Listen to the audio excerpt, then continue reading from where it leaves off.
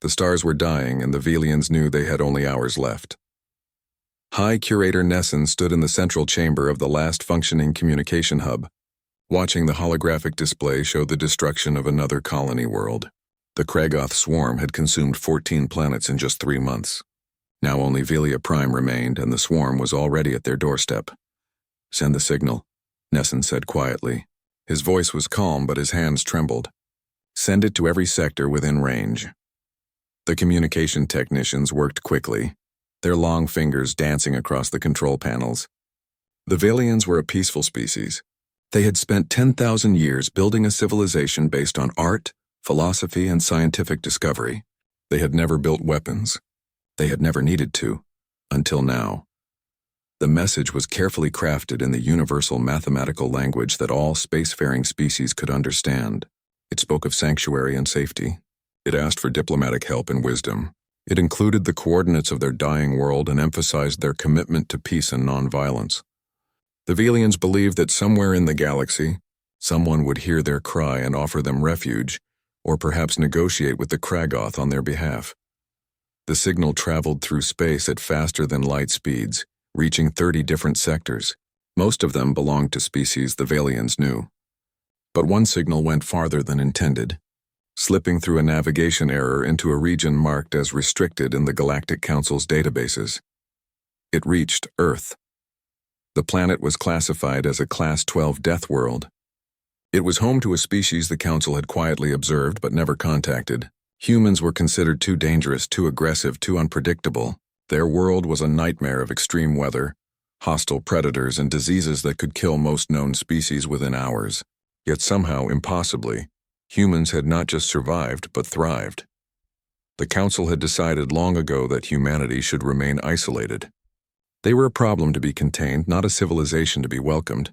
But the Velians didn't know any of this, and their signal had been received. Dr. Sung Ho sat in his cramped office at the Global Communications Array, staring at the message that had appeared on his screen 3 hours ago. He was a xenolinguist, an expert in alien languages and communication patterns. Earth had been listening to the galaxy for decades, quietly learning, never announcing their presence. This was the first time anyone had sent a message directly toward them. He had spent those 3 hours decoding it, running it through translation algorithms, checking and rechecking his work. The message was clear enough. A species called the Velians was under attack. They were dying. They needed help, but something about the translation bothered him. The mathematical language was precise, but context mattered. The Velians used phrases that translated oddly into human concepts. Where they wrote about sanctuary, the human interpretation came out closer to defensive position. Where they asked for diplomatic wisdom, it read more like strategic assistance. Sung Ho knew he might be wrong. The cultural gap between species was enormous, but his gut told him these people weren't just asking for a place to hide. They were begging for someone to fight for them. He picked up his phone and called the only number he had for military command. Admiral Tae Jin was in a strategy meeting when his secure line buzzed. He was a tall man with gray hair and sharp eyes that had seen too many conflicts. He had commanded the Earth Defense Fleet for 12 years, preparing for threats that had never come. Until now. "Sir, we have a situation." Sung Ho's voice crackled through the speaker. "We received an alien distress signal. They're under attack by something called the Kragoth swarm. They're asking for help." Tai Jin felt his pulse quicken. "How certain are you about this?" "Very certain, sir. The signal is authentic. I've verified it 6 times. These people are dying, and they reached out to us specifically." "To Earth specifically?" Tai Jin asked. There was a pause. "I think it was an accident, sir. But yes, we received it. And based on the translation, I believe they need military intervention, not just shelter." Tai Jin ended the call and looked at the officers around the conference table. They had all heard the conversation. Captain Haewon, his best fighter wing commander, was already standing. "How fast can we mobilize?" Tai Jin asked. Commander Hyun pulled up tactical displays. 18 hours for a full battle group. 73 ships. "We can have more if we wait another day." "We don't have another day," Tai Jin said. He looked at the star charts, calculating distances. "If these Velians are dying as fast as the signal suggests, every hour matters." "Sir," Lieutenant Yuna spoke up from her station, "we don't know what we're flying into. This could be a trap. Or worse, it could start a war with species we don't understand. Tae-jin nodded slowly. She was right to be cautious. But he had spent his entire career preparing for this moment. Humanity had been alone in the galaxy, watching from the shadows, building weapons and warships for threats that existed only in simulations. Now someone had called for help. Maybe they had called the wrong species. Maybe they had no idea what kind of force they were summoning, but they had called, and Tae-jin could not ignore that. "Prepare the fleet," he ordered. "Battle stations in 12 hours. We launch in 18. Full combat loadout." The room erupted into activity. Officers rushed to their stations, calling their departments, initiating launch sequences that hadn't been used outside of drills. Captain Haiwan approached Tae-jin as the others dispersed. "Sir, do you really think they want us to fight for them?" "I think they're dying and desperate," Tae-jin replied. "Whether they want warriors or diplomats doesn't matter. They asked for help and we're the only ones who heard them." "The galaxy doesn't know what we are," Haiwan said quietly. "They don't know what we're capable of." Tae-jin looked at her with cold certainty. "Then they're about to learn." Across Earth, military bases came alive. The defense fleet had been humanity's secret project for decades, built in orbital shipyards hidden behind the moon. 73 warships, each designed for combat scenarios the peaceful galaxy had never imagined. They carried weapons that violated treaties Earth had never signed. Railguns that could punch through asteroids, nuclear missiles banned by civilizations who found them barbaric, and other things, darker things, that waited in sealed armories. In the command center, Sung-ho watched the preparations through the video feeds. He felt a cold weight in his stomach. He had translated the message as best he could, but what if he was wrong? What if the Valians really were asking for sanctuary, not salvation through violence? He thought about calling Tae-jin back, urging caution. But then he looked at the final part of the Valian message. It was a simple phrase in the mathematical language. "We are ending. Please remember us." No, Sung-ho thought. These people didn't want to be remembered. They wanted to live. The fleet would launch in 18 hours, and the galaxy would never be the same. The human fleet dropped out of faster-than-light travel at the edge of the Valian system, and what they saw made even the veterans fall silent. Admiral Tae-jin stood on the bridge of the Indomitable, his flagship, watching the holographic display update with sensor data, 14 worlds all marked in red, dead or dying. The Kragoth swarm covered the system like a disease, thousands of bioships pulsing with sickly light as they consumed everything in their path. "Mother of God," Lieutenant Yuna whispered from her weapon station. The Kragoth ships were unlike anything in the human military database. They were organic, grown rather than built. Each one looked like a twisted combination of insect and deep-sea creature, covered in chitinous armor and trailing tentacles that glowed with bioluminescence. The smallest were the size of fighter jets. The largest dwarfed Earth's biggest battleships, and there were thousands of them. "Scan results coming in," Commander Hyun reported, his voice steady despite what they were seeing. "Kragoth fleet composition. Approximately 4,000 individual ships. No metal, no technology as we understand it. Everything is biological. They're feeding on the planetary populations." "Show me the Velian forces," Tae-jin ordered. The display shifted, highlighting the friendly ships. What was left of the Velian defense fleet hung in space near their final world, Velia Prime. There were perhaps 50 ships, and they were beautiful in their own way. Elegant curves, artistic designs, built for exploration and wonder, not war. They were being systematically torn apart by the swarm. As Tae-jin watched, a Velian cruiser tried to escape. 3 Kragoth ships chased it down, latching onto its hull with those horrible tentacles, cutting through the armor like it was paper. "Sir, we're receiving a transmission," Ensign Mira called out from communications. "It's from the Velian command ship. Audio only. Put it through." A voice filled the bridge, speaking in the same mathematical language from the distress signal. The translation came through a moment later, processed by Sung-ho's algorithms back on Earth. "Unknown vessels, this is High Curator Nesson of the Velian Consortium. We did not expect anyone to answer our call. Please, if you value life, do not approach. The Kragoth will consume you as they have consumed us. Save yourselves. At least someone will survive to remember our civilization." Tae-jin picked up the communicator. "High Curator Nesson, this is Admiral Tae-jin of the Earth Defense Fleet. We received your distress signal. We're here to help." There was a long pause. "Earth? We have no record of Earth in our databases." Where do you come from? That's a long story, Tajin replied. Right now you need to get your people to safety. Pull back to Velia Prime and protect the civilian evacuation. We'll handle the swarm. Another pause, longer this time. You don't understand. There are thousands of them. Our weapons barely scratch their armor. They adapt to everything we try. You cannot fight them. No one can. You've never seen us fight, Tajin said quietly. He nodded to Yuna. Cut transmission. All ships, battle formation Delta 7. Captain Heiwan, launch all fighters. Commander Hyun, target the nearest concentration of enemy ships. Let's show these things what a death world breeds. The human fleet moved with a precision that would have shocked the Velians if they had been watching their sensors. 73 warships spread into an attack formation, each one taking a predetermined position. From the carrier ships, wings of fighters poured out like angry hornets. Captain Heiwan sat in the cockpit of her fighter, running through her pre-combat checklist. Behind her, 200 other pilots did the same. They were the best Earth had to offer, trained in simulators that assumed every enemy was faster, stronger, and meaner than they were. All wings, this is Heiwan, she said over the squadron channel. Rules of engagement are simple. There are no rules. These things eat people. We're going to kill every single one of them. Stay tight, watch your wingman, and remember your training. Today we show the galaxy what humans do to monsters. The fighter wings accelerated toward the swarm. The Kregoth didn't react at first. They had never encountered resistance like this. Every species they had consumed had tried to talk first, negotiate, find a peaceful solution. Humans didn't bother. The first salvo came from the capital ships. Railguns fired solid slugs accelerated to a fraction of light speed. The projectiles hit the Kregoth bioships with the force of nuclear weapons. Armor that had resisted Velian energy weapons shattered like glass. Ships that had seemed indestructible exploded in clouds of frozen biomatter.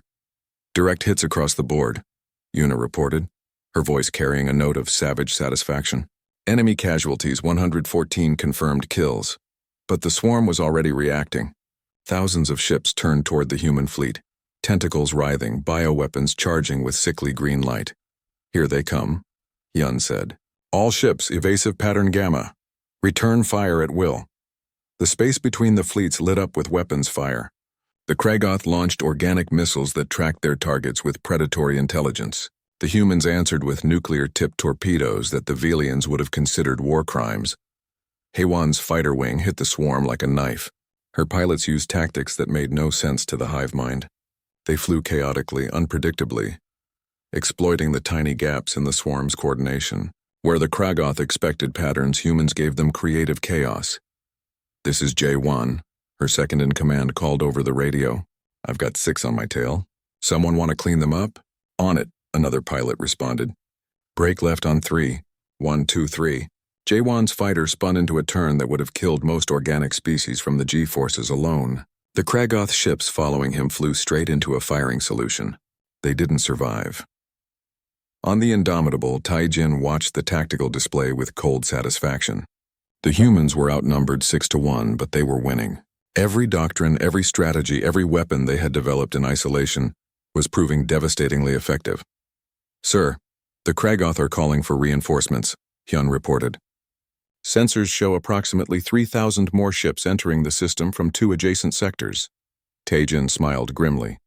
Good, now we don't have to hunt them down. All ships continue engagement. Lieutenant Yuna, authorize use of antimatter weapons. Let's end this quickly. Yuna hesitated for just a moment. Antimatter was the ultimate taboo weapon in human warfare, used only in the most desperate circumstances. But these weren't humans they were fighting. These were monsters that ate entire civilizations. She entered the authorization codes. Deep in the Indomitable's weapons bays, magnetic containment fields shifted. Antimatter warheads, each one capable of destroying a city, loaded into torpedo tubes. Antimatter weapons armed and ready, Yuna reported. Fire, Taijin ordered. The torpedoes streaked across space, targeting the largest Kregoth ships. When they hit, matter and antimatter annihilated each other in bursts of pure energy. The explosions were so bright they could be seen from the surface of Velia Prime. On the Velian command ship, High Curator Nessun watched in stunned horror as the unknown human fleet tore through the Kregoth swarm like they were nothing.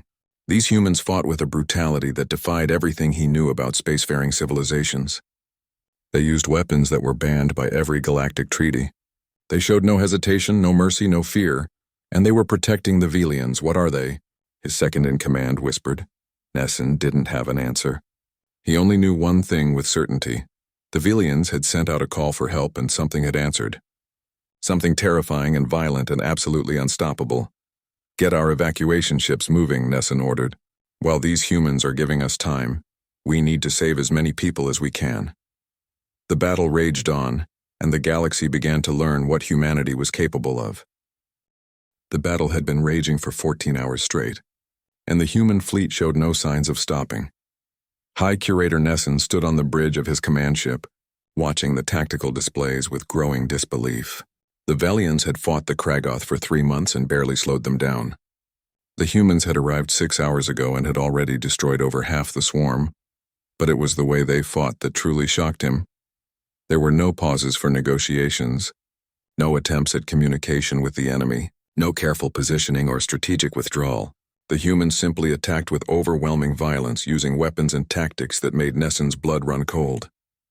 They're not fighting a war, his tactical officer said quietly. They're conducting an extermination. A young Velian communications officer approached Nesson nervously. High Curator, the human admiral is requesting permission to dock a shuttle with our ship. He says he wants to coordinate evacuation efforts. Nesson felt his heart skip a beat. After watching what these humans could do, the thought of having them aboard his ship was terrifying. But they had saved his people. He could not refuse. Grant them permission, Nesson said, and prepare a greeting party. These humans deserve our respect, even if they frighten us. 20 minutes later, Admiral Tae-Jin stepped through the airlock onto the Velian command ship, accompanied by Dr. Sung-ho and 2 armed guards. The guards were there purely for protocol, but their presence made several Velians step back nervously. Nesson approached slowly, studying the humans. They were shorter than Velians, but more heavily built, with a compact muscularity that suggested strength. Tae-Jin's face was lined with age and stress, his eyes sharp and calculating. Admiral Tae-Jin, Nesson said through the translation device. I am High Curator Nesson. On behalf of the Velian Consortium, I thank you for your aid. You have saved billions of lives. Tae-Jin nodded respectfully. We came as soon as we received your distress signal. I'm sorry we couldn't arrive sooner. Your timing was perfect, Nesson replied. But I must ask, where does Earth lie? Why have we never heard of your people? That's complicated, Tae-Jin said. Right now we need to focus on getting your civilians to safety. How many people are left on Velia Prime? 6 billion in the underground shelters, Nesson answered. But our evacuation ships can only carry a fraction of that number. We had hoped to negotiate with the Kragoth, find some way to coexist, but they won't communicate. They only consume. Dr. Sung-ho spoke up. High Curator, with your permission, I'd like to work with your scientists. We need to understand the Kragoth biology, find weaknesses we can exploit. Nesson gestured to his science officer. Of course. Any help you can provide would be valuable. As Sung-ho left with the Velian scientists, Tae-Jin pulled up a holographic display showing the current battle situation. The Kragoth reinforcements are arriving faster than we anticipated. We've destroyed about 2,000 of their ships, but another 3,000 just entered the system. Then we should retreat while we can, Nesson said. You've done enough. Save your own people. Tae-Jin looked at him with an expression Nesson couldn't quite read. We don't retreat. Not when there are still people to protect. But I need your help to understand what we're fighting. They spent the next hour sharing data. Nesson explained everything the Velians had learned about the Kragoth over 3 months of desperate fighting. The swarm was a hive mind, controlled by larger ships that acted as neural nodes. They reproduced by consuming organic matter and converting it into more ships. They had no civilization, no culture, no purpose except to spread and consume. They're like a virus, Tae-Jin said. But biological? Yes, Nesson agreed. We've never encountered anything like them. They violate every principle of life as we understand it. Tae-Jin was quiet for a moment. Then he asked, have you considered using biological weapons against them? The question made Nesson recoil. Biological weapons? Such things are banned by every civilized species. The ethical implications alone would be, ethical? Tae-Jin interrupted. These things are eating your people. Entire planets. Where's the ethics in letting them continue? Nesson struggled to find words. We are not barbarians, Admiral. We do not fight extinction with extinction, even when it's them or you. The question hung in the air between them. Nessun had no answer. The human's logic was brutal but undeniable. The Kragoth were ending the Velian civilization. Why should the Velians limit themselves to civilized warfare when their enemy recognized no such limits? Before Nessun could respond, alarms began blaring throughout the ship. "Contact!" the Velian tactical officer shouted. "The Kragoth are breaking through our defensive line. They're heading straight for the evacuation transports." Taejin moved to the tactical display immediately. 30 Kragoth ships had broken away from the main battle, moving with predatory focus toward the civilian vessels struggling to escape Velia Prime's orbit. "Get me Captain Haywan," Taejin ordered into his communicator. The response came instantly. "Haywan here, sir. You have incoming targets bearing 035. 30 hostiles moving toward the civilian transports. Stop them." "Understood. All wings on me. We've got rats in the henhouse." Through the viewscreen, Nessun watched as the human fighter wings changed course with impossible speed. They dove toward the attacking Kragoth ships like predators themselves, weapons blazing. Captain Haywan's fighter led the charge. She had been flying combat missions for 13 hours straight, fueled by stimulants and sheer determination. Her ship was covered in scorch marks from near misses, held together by emergency repairs, but she flew like the devil himself was chasing her. "J1 Kiwan split formation," she ordered. "We need to draw them away from the civilians. Make yourselves targets." "Making myself a target is my specialty," Pilot Kiwan replied, his fighter breaking left and firing at the nearest Kragoth ship. The Kragoth took the bait. 6 of them peeled off to chase the human fighters. It was exactly what Haywan wanted. She led them on a deadly dance through the debris field of destroyed ships, using her intimate knowledge of 3-dimensional combat to stay one step ahead. But one Kragoth ship broke through, heading straight for an evacuation transport packed with Velian civilians. Haywan saw it happening and knew she was too far away. Her missiles wouldn't reach in time. She made a decision that would haunt her for the rest of her life. "All ships clear my vector," she ordered, then punched her engines to maximum and aimed her fighter directly at the Kragoth ship. "Captain, what are you doing?" Jaewon's voice cracked with panic over the radio. "Saving civilians," she replied calmly. "Someone fish me out of the wreckage." Her fighter hit the Kragoth ship at full speed. The impact was catastrophic. Both vessels exploded in a ball of fire. The shockwave pushed the evacuation transport off course, but it survived. On the Velian command ship, Nessun watched in horror. Did that human just sacrifice herself? "She'll probably survive," Taejin said, though his voice was tight with emotion.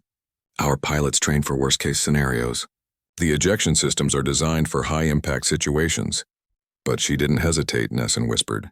"She just did it." Taejin looked at him with those sharp, dangerous eyes. "That's what warriors do, High Curator. We make the hard choices so civilians don't have to die." Moments later, Jaewon's voice came over the radio. "I've got her. Captain Haywan's escape pod is intact. She's banged up but breathing." Taejin let out a breath he didn't know he'd been holding. "Good, get her back to the medical bay." Nessun watched the human admiral carefully. Despite his cold exterior, there was genuine relief in his eyes. These humans were warriors, yes, brutal and violent and terrifying, but they also cared deeply about their own people, and apparently they cared about the Velians too. "Why?" Nessun asked suddenly. "Why are you doing this?" "You don't know us. We're complete strangers. Why risk your lives for us?" Taejin was quiet for a long moment. When he spoke, his voice was soft but firm. "Because you asked for help. Because you were dying. Because someone had to answer that call." He paused. "And maybe because we're the only ones crazy enough to try." The battle continued to rage around them, but in that moment, Nessun understood something important. The galaxy had called these humans the wrong species, but perhaps they were exactly the right species after all. The battle entered its second day, and both sides had learned to adapt. The Kragoth swarm, despite being a hive mind, showed an unsettling ability to learn from experience. Ships that had been destroyed by railgun fire were now being replaced by variants with thicker armor. The bioships began moving in more defensive formations, protecting their larger command vessels. But if the Kragoth could adapt, humans could improvise. Commander Hyun sat in the strategy room of the Indomitable, surrounded by holographic displays showing real-time battle data. Around him sat the senior officers, including Captain Haywan, who had insisted on returning to duty despite her injuries. Her left arm was in a regenerative cast and her face was bruised, but her eyes burned with determination. "They're learning," Hyun said, pointing to the tactical readouts. "Every strategy we use, they counter within hours. Their adaptation rate is faster than any enemy we've ever simulated. Then we need to hit them with something they can't adapt to," Admiral Tae-jin replied. "What do we know about their command structure?" Dr. Sung-ho entered the room, accompanied by a tall Velian scientist named Rin. Both of them looked exhausted but excited. "Admiral, we found something," Sung-ho said, pulling up biological data. "The Kregoth are controlled by neural nodes, the larger ships we've been seeing. They use bioelectric signals to coordinate the swarm. But here's the interesting part. The frequency range is very specific. If we could disrupt it, we could blind the swarm," Tae-jin finished. "Make them lose coordination." "Exactly," Rin said through her translator. "But creating such a disruption field would require getting very close to a node ship, and they're heavily protected." Haewon leaned forward, wincing at the pain in her ribs. "How close?" "Within 500 meters, Sung-ho replied. "And you'd need to plant a physical device on the ship's hull. The bioelectric signals can't be disrupted from range." Everyone in the room understood what that meant. It was a boarding mission. Someone would have to fly into the heart of the swarm, land on a node ship covered in defensive weapons, and plant the device manually. It was suicide. "I'll do it," Haewon said immediately. "No," Tae-jin replied. "You're injured, and we need you commanding your fighter wings." "Then give me volunteers," she said. "I know a dozen pilots who would take this mission in a heartbeat." Tae-jin looked at her for a long moment, then nodded. "Pick your team. But Haewon, I need you to understand something. This isn't a rescue mission. If you get in trouble out there, we might not be able to pull you out." "I understand, sir." 6 hours later, Captain Haewon stood in the launch bay, addressing a group of 12 pilots. These were the best of the best, men and women who had proven themselves in dozens of combat missions. Among them was Pilot Ki-won, grinning despite the danger they were about to face. "All right, listen up," Haewon said. "This is going to be rough. We're going to fly straight into the swarm, land on one of their command ships, plant the device, and get out. The entire fleet will be providing covering fire, but we'll still be outnumbered about 1,000 to 1. So, normal Tuesday," Ki-won joked. A few nervous laughs rippled through the group. Haewon smiled despite herself. "Yeah, normal Tuesday. Remember your training. Watch each other's backs. And if anyone wants to back out, now's the time. No shame in it." No one moved. "Good. Let's go show these things why you don't mess with Deathworlders." The assault shuttle launched from the Indomitable with an escort of 30 fighters. It was a heavily armored transport, designed for exactly this kind of mission, though it had never been tested in actual combat. As they approached the swarm, the full scale of the battle became visible. Thousands of ships engaged in brutal combat, weapons fire lighting up the void, debris floating everywhere. The human fleet had destroyed over 3,000 Kregoth ships, but another 2,000 had arrived as reinforcements. And at the center of it all, protected by hundreds of smaller vessels, was their target, a massive node ship, easily the size of a city, pulsing with sickly green light. "Target acquired," Haewon reported. Beginning attack run, the Indomitable and 6 other capital ships opened fire simultaneously, creating a corridor of destruction through the swarm. Kregoth ships exploded left and right as the assault team pushed through. But the swarm adapted quickly, closing the gap, firing their bioweapons at the intruders. One of the escort fighters took a direct hit and spun out of control. The pilot ejected, but Haewon knew the chances of rescue were slim. "Stay focused," she ordered. "We're almost there." The node ship loomed before them, a grotesque thing of chitin and pulsing flesh. Its surface was covered in weapon ports and what looked like sensory organs. As the assault shuttle approached, those weapons came alive, firing streams of organic acid and bioenergy. "Hold on," the pilot shouted, throwing the shuttle into evasive maneuvers. They hit the hull hard, magnetic clamps engaging with a metallic clang. The rear door blew open and the boarding team poured out, wearing heavy combat suits designed to survive in the vacuum of space. Haewon was first out, her rifle already firing at the defensive organisms growing on the ship's surface. They looked like tumors with teeth snapping at anything that came close. "Plant the charges," she ordered. "Ki-won Sumin, secure the perimeter." "Dr. Sumin," The military xenobiologist ran to the optimal position carrying the disruption device. It was a crude thing, built in a hurry from human and Velian technology, but theoretical models suggested it would work. Behind them, the ship's surface began to ripple and change. The Kragoth were adapting again, growing new defenses specifically to deal with the borders. "Contact," Kiwan shouted, firing at something emerging from the hull. It looked like a combination of spider and scorpion, moving with terrifying speed. The team's weapons tore into the creature, but 3 more emerged to replace it. "Zoom in? How long?" Haywan demanded, covering the scientist with suppressing fire. 30 seconds. The device needs to integrate with the ship's neural tissue. 30 seconds felt like an eternity. More creatures emerged from the hull, attacking with mindless ferocity. One of the Marines went down, grabbed by a tentacle-like appendage and dragged into a hole in the ship's surface. His screams cut off abruptly. "Device is set," Sumin shouted. "We need to go now. Everyone back to the shuttle." Haywan ordered. They ran across the alien surface, fighting every step. Kiwan provided covering fire, his weapon overheating from continuous use. Another Marine fell, then another. By the time they reached the shuttle, they had lost 4 people. The shuttle lifted off, its engines screaming. Just as the disruption device activated, on the Indomitable, Commander Hyun watched his sensors with intense focus. "Device is active. Measuring effects now." The results were immediate and dramatic. The Kragoth ship suddenly lost coordination. They stopped moving in unison, started bumping into each other, firing at random targets. Some even began attacking other Kragoth ships, unable to distinguish friend from foe. "It's working," Eunice shouted from her station. "The swarm is in chaos." Admiral Taejin didn't smile. "All ships press the attack. Target the node ships. I want every single one of them destroyed before they can adapt." The human fleet surged forward with renewed fury. Without their coordination, the Kragoth were vulnerable. The battle that had been evenly matched suddenly became a slaughter. But Taejin knew this advantage wouldn't last long. The swarm would adapt, just like they had adapted to everything else, which meant the humans needed to end this fight quickly and permanently. "Commander Hyun," he said quietly, "prepare the cleanser." Hyun's hands froze over his console. "Sir, that weapon is... We've never used it outside of tests. The consequences could be..." "I know exactly what the consequences will be," Taejin interrupted. "But the Kragoth have a home system. As long as it exists, they'll keep coming. We need to remove that threat permanently." "That's genocide, sir."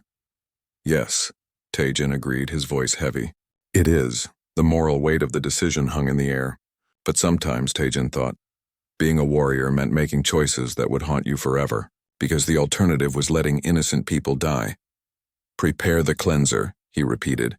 "We're ending this war."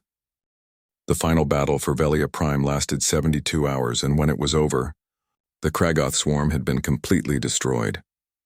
High Curator Nesson stood in the observation deck of his command ship, watching the debris field that had once been an invasion fleet. Thousands of destroyed bioships floated in the void, frozen and lifeless. The human fleet moved among them like sharks, methodically scanning for any survivors and eliminating them without mercy. It should have felt like victory. The Velian people were saved. 6 billion lives had been preserved, but Nesson felt only a cold dread in his heart. He had watched the humans fight with a brutality that defied his understanding.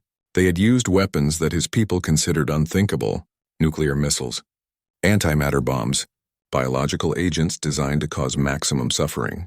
And at the end, they had done something even worse. They had destroyed the Kragoth home system. The weapon was called the Cleanser, Admiral Taejin had explained. It was a device that caused stars to destabilize, go supernova centuries ahead of schedule. The Kragoth home system, 3 jumps away from Velia Prime, had been wiped out in an instant. An entire star system gone. "It was necessary," Taejin had said, his voice carrying the weight of command decisions. As long as their breeding grounds existed, they would keep coming. This was the only way to ensure your people's safety. But Nesson couldn't shake the horror of it. The humans had committed genocide, complete total absolute extinction of a species, and they had done it without hesitation. A notification chimed on his console. "High Curator, representatives from the Galactic Council have arrived. They're requesting immediate audience." Nesson felt his blood run cold. The Council. Of course they would come now after the fighting was done. They had ignored the Velian distress signals for months, but now that humans had revealed themselves to the galaxy, the council came running. "Send them in," Nesson said wearily. 3 figures entered the observation deck. They represented different species from across the galaxy, all members of the Galactic Council. Ambassador Trellith, a tall insectoid being, spoke first through his translator. "High Curator Nesson, we have been monitoring the situation here. We must speak with these humans immediately." "They saved our entire civilization," Nesson replied carefully. "Whatever you have to say to them, remember that." "We understand," Trellith said, though his tone suggested otherwise. "But they have committed serious violations of galactic law. The use of nuclear weapons, antimatter devices, and the destruction of an entire star system. These are war crimes of the highest order." Before Nesson could respond, Admiral Tae-Jin entered the observation deck with Dr. Sung-Ho and Commander Hyun. The human admiral looked tired, his uniform showing signs of 3 days of continuous combat operations, but his eyes were as sharp as ever. "I am Ambassador Trellith of the Galactic Council," the insectoid announced. "We need to discuss your actions here." Tae-Jin studied the council representatives with cold assessment. "You're the ones who ignored the Velian distress signals." "We were attempting to organize a diplomatic solution," Trellith replied stiffly. "Violence should always be the last resort." "The Velians were being eaten alive," Tae-Jin said flatly. "There was no time for diplomacy. There was only time for action. Nevertheless, your use of forbidden weapons and the genocide of the Kragoth species must be addressed. You cannot simply enter the galactic community and break every law we have established." "We're not part of your galactic community," Commander Hyun interjected. "We never signed your treaties. We never agreed to your laws." Trellith's translator crackled with what might have been frustration. "You are a spacefaring species. That makes you subject to galactic law, whether you acknowledge it or not." "Let me understand this correctly," Tae-Jin said, his voice dangerously quiet. "You're telling me that we should have followed your laws and let the Velians die? That we should have negotiated with a hive mind that only knows how to consume? That we should have fought with one hand tied behind our backs while billions of innocents were being slaughtered?" "We're saying there are rules for a reason," Trellith insisted. "War must be conducted with honor, with restraint, with what?" Tae-Jin interrupted. "With good manners? With politeness? Tell me, Ambassador, how many species has your council saved from complete extinction? How many times have you arrived in time to actually help?" The question hung in the air. Trellith had no answer. Dr. Sung-Ho stepped forward, his voice calmer than the Admiral's. "Ambassador, I think there's been a fundamental misunderstanding. When we received the Velian distress signal, we interpreted it as a call for military intervention. We responded accordingly. If there was a translation error, if they actually wanted diplomatic assistance, then we apologize. But we did what we thought was right." "You killed an entire species," Trellith said. "How is that right?" "The Kragoth weren't like you or me," Sung-Ho replied. "They were a biological weapon, a virus in the shape of ships. They had no culture, no civilization, no ability to communicate or compromise. They existed only to consume. Should we have let them continue? Let them spread to other systems? How many more billions would have died?" Another council representative, a crystalline being named Vess, spoke up. "The Kragoth were a living species. They had as much right to exist as any other." Captain Haywan had been standing quietly near the door, but she couldn't stay silent anymore. "They were eating people, children, families, entire worlds. What right to exist does something like that have?" "All life is sacred," Vess replied. "Then why didn't you save the Velians?" Haywan shot back. "Where was your respect for sacred life when they were calling for help?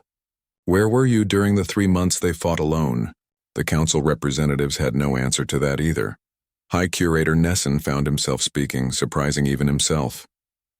"The humans answered our call when no one else would. They fought for us when we had no hope left. Yes, they were brutal. Yes, they used terrible weapons. But they saved 6 billion of my people. That matters more to me than your laws or your philosophy." "High Curator," Trellith began, "you don't understand what you're saying. These humans are dangerous. They come from a death world. They think like predators. They solve every problem with violence. If we allow them into the galactic community, they will disrupt everything we've built." "Good," Nesson said firmly. "Perhaps your community needs disruption. You've built a civilization so obsessed with peace and protocol That you forgot how to actually protect people. The humans remembered. Maybe that's exactly what the galaxy needs. Admiral Tae-jin looked at Nessun with something like respect. Then he turned back to the council representatives. Here's what's going to happen, he said. Earth is going to maintain its military readiness. We're going to continue developing weapons that would make you uncomfortable. And if someone sends out another distress signal, if someone else is dying while you're busy having committee meetings, we're going to respond, just like we did here. That's unacceptable, Trellith said. You cannot be allowed to operate independently of galactic law. Then make it acceptable, Tae-jin replied. Because we're not asking for permission. The standoff might have continued, but Ensign Mira rushed into the observation deck, her face pale. Admiral, we're receiving another distress signal. Different sector, different species. They're under attack by something called the Vex Collective. Same pattern as the Kragoth. Consumption, no communication, massive casualties. Tae-jin looked at the council representatives. Well, are you going to handle this one? Or should we? Trellith looked at his fellow council members, then back at the human admiral. He seemed to deflate slightly. How quickly can your fleet be ready to deploy? He asked quietly. 18 hours, Tae-jin replied. Just like last time. Then perhaps, Trellith said slowly, we should discuss Earth's integration into the galactic community. Under special circumstances. With certain allowances for your unique approach to crisis response. You mean you want us to be your attack dogs, Commander Hyun said bluntly. We prefer the term emergency response force, Fess said diplomatically. Tae-jin smiled grimly. Call it whatever you want. But understand this. When we respond to a threat, we respond our way. No restrictions, no limitations, no committee oversight. We decide how to fight our battles. If you can't accept that, find someone else. The council representatives looked at each other. They had no one else. The entire galaxy had developed under the assumption that peace was the natural state of things, that violence could always be negotiated away. The humans had proven that assumption wrong. We accept your terms, Trellith said finally. Welcome to the Galactic Council, humanity. May the universe forgive us all. As the council representatives left, High Curator Nessun approached Admiral Tae-jin. Thank you, he said simply. For everything, Tae-jin nodded. We did what needed to be done. I'm sorry it had to be so violent. I'm not, Nessun replied, surprising himself again. You showed the galaxy that there are still species willing to fight for others. That matters. Just don't send us any more distress signals, Tae-jin said with a tired smile. We need time to repair our ships. But even as he said it, they both knew the truth. The galaxy had learned about humanity now. Word would spread.